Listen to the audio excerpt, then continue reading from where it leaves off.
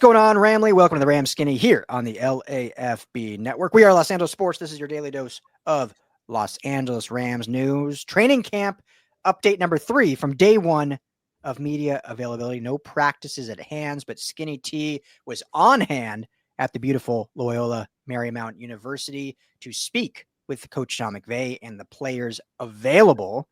McVay gave an update on one Alaric Jackson, the slated starting left tackle for your Los Angeles Rams, as everyone knows, unfortunately, yet again, dealing with blood clots. So his battle to get back healthy, first and foremost, but then back on the field. And Skinny will just jump right into it. What update did Coach McVay give? How likely are we to see Jackson back on the field this season? Well, I would put it with one word: hopeful. That's, Sean McVay used that there word. It is. Wrap up the show. End it. We're good. Yeah. Hopeful and optimistic, which are two words that I don't like personally in the football world. I think they're overused and underdefined. And in terms of concrete updates that he did give, Alaric Jackson won't go on the non-football injury list, and he's not going to go on the PUP list, which is big. Which is big, yeah. So it allow, if he's available for week 1, he will be in for week 1. But in terms of the murkiness of the rest of it, it still seems very, very kind of up in the air. Now they've got a plan.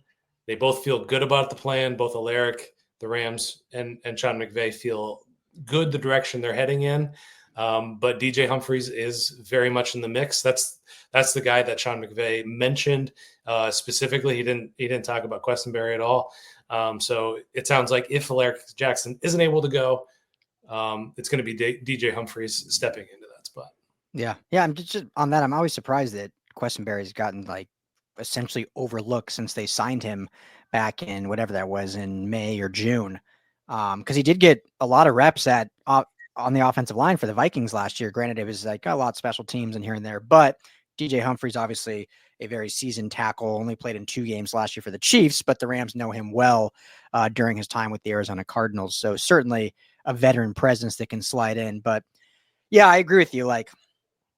They're pretty hollow words, hopeful and optimistic when it comes to football speak. It's just kind of they don't really preclude much meat, if you will, or much real definitiveness. Having spent a couple of days at Chargers camp, those 2 words they wouldn't use those 2 words to describe anything. They're about execution and stalwart and, the kind of ephemeral versions of it, don't exist in that building. Obviously, they just paid this guy 3 years, $57 million, I believe it was, in February. But this has been an issue. It ended his season in 2022. Yeah.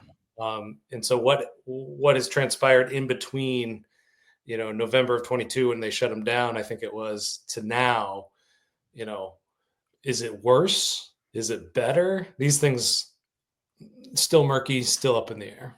Yeah. And obviously, first and foremost, his health is most important. But I will say, it's got to be encouraging not going on the PUP list, not on the NFL list, because that they could easily put him there. And obviously that they could keep him there all the way until the season starts without him missing games until was the deadline a week before. And then you automatically miss the first 4 games or whatever. So that has to tell you that they feel confident that he will be back during camp at some time.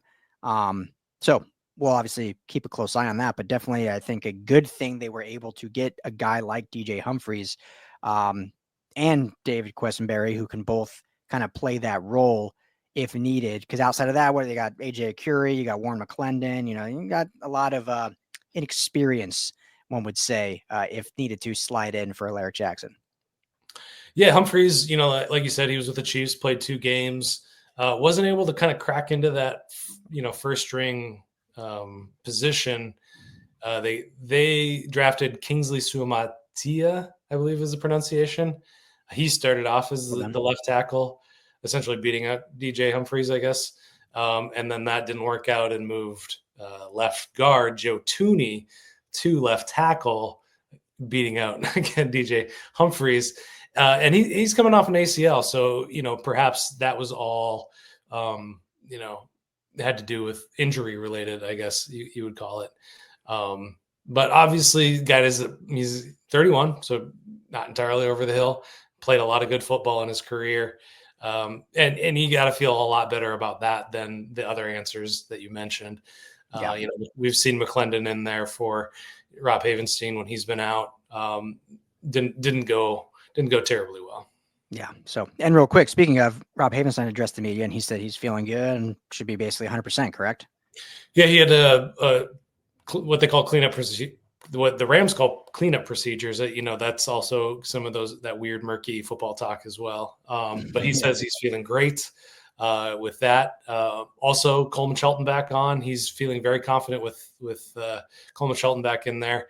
And, apparently they're good friends. And so some continuity back in the building on that. All helping Stafford, all helping Kyren. I think the biggest question mark on the offense is this offensive line. And so, 4 out of the 5 questions are answered at this point, I guess. Yeah.